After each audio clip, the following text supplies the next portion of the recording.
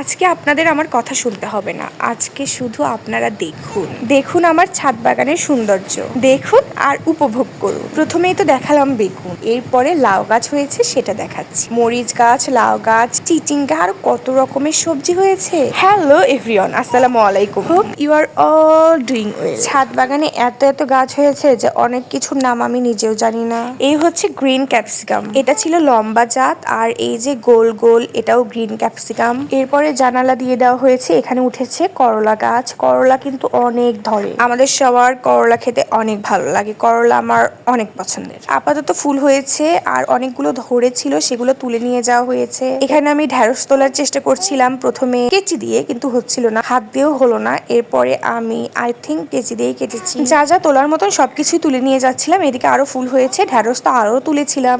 যা যা তুলেছি সব থেকে বেশি আমার ঢেঁড়সটা তুলতে কষ্ট হয়েছে, এটা ছিঁড়তে পারছিলাম না। এদিকে আরো রেড ক্যাপসিকাম তুলে নিলাম, এটা আর একটু রেড হতো। এরপরে ছিল বেগুনি কালার ক্যাপসিকাম, যেটা আমি প্রথম দেখেছি আমাদের গাছেই। পার্পলটা তেমন দেখিনি, তেমন বলতে আমি একদমই দেখিনি, আমি দেখেছিলাম গ্রিন, ইয়েলো আর রেড ক্যাপসিকাম। তুলতে তুলতে এখানে দেখি একটা ক্ষীরা, শশাই আর কি, শশা না ক্ষীরা আল্লাহ জানে, পেকে আছে, মানে খাওয়ার উপযুক্ত হয়েছে। তো ওটাও তুলে ফেললাম। এখানে বেগুন ধরে আছে, এগুলোও তুলে ফেললাম। প্রথমে কিন্তু গোল বেগুন দেখেছিলাম, এগুলো কিন্তু লম্বাটা। বেগুনের অনেকগুলো ভেরিয়েশন আছে এখানে। বেগুন তুলে শেষ করতে পারছিলাম না, আমার বিরক্তি লাগছিল বেগুন তুলতে তুলতে। মানে বাজারে বিক্রি করা যাবে এত বেশিও না, কিন্তু একজন, দুইজন, তিনজন পক্ষে খেয়ে শেষ করা যাবে না, এর থেকে বেশি তো অন্তত ধরেইছে।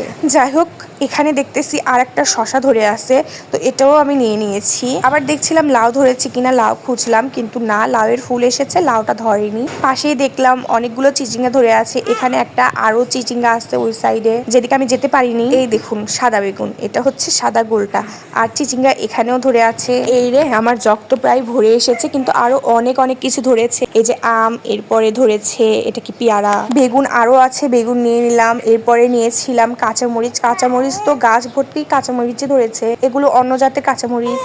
এই গাছে 3 রকমের কাঁচামরিচ হয়, একটা যেটা দেখতে পাচ্ছেন টিয়া কালার, একটা পার্পল কালার, আর একটা লাল কালার হয়। জগ ভরে গেছে, তাই যথারীতি ওটা বাসায় রেখে এসেছি, আর সাথে করে নিয়ে এসেছি একটা থালা। এখন দেখবো এই থালাটা ভরাতে পারি কিনা সবজি দিয়ে। চিচিঙ্গা আরো ছিল, ওগুলো তুলেছি, এটা মনে হয় ধুন্দল বা এটার নাম কি আমি সঠিক জানি না।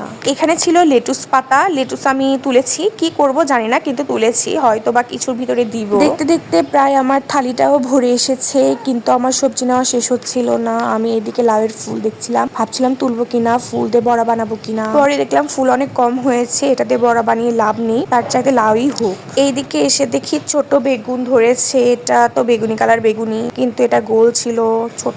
যাই হোক, আজ এই অবধি, সবাই সুস্থ থাকবেন, ভালো থাকবেন, আল্লাহ হাফেজ।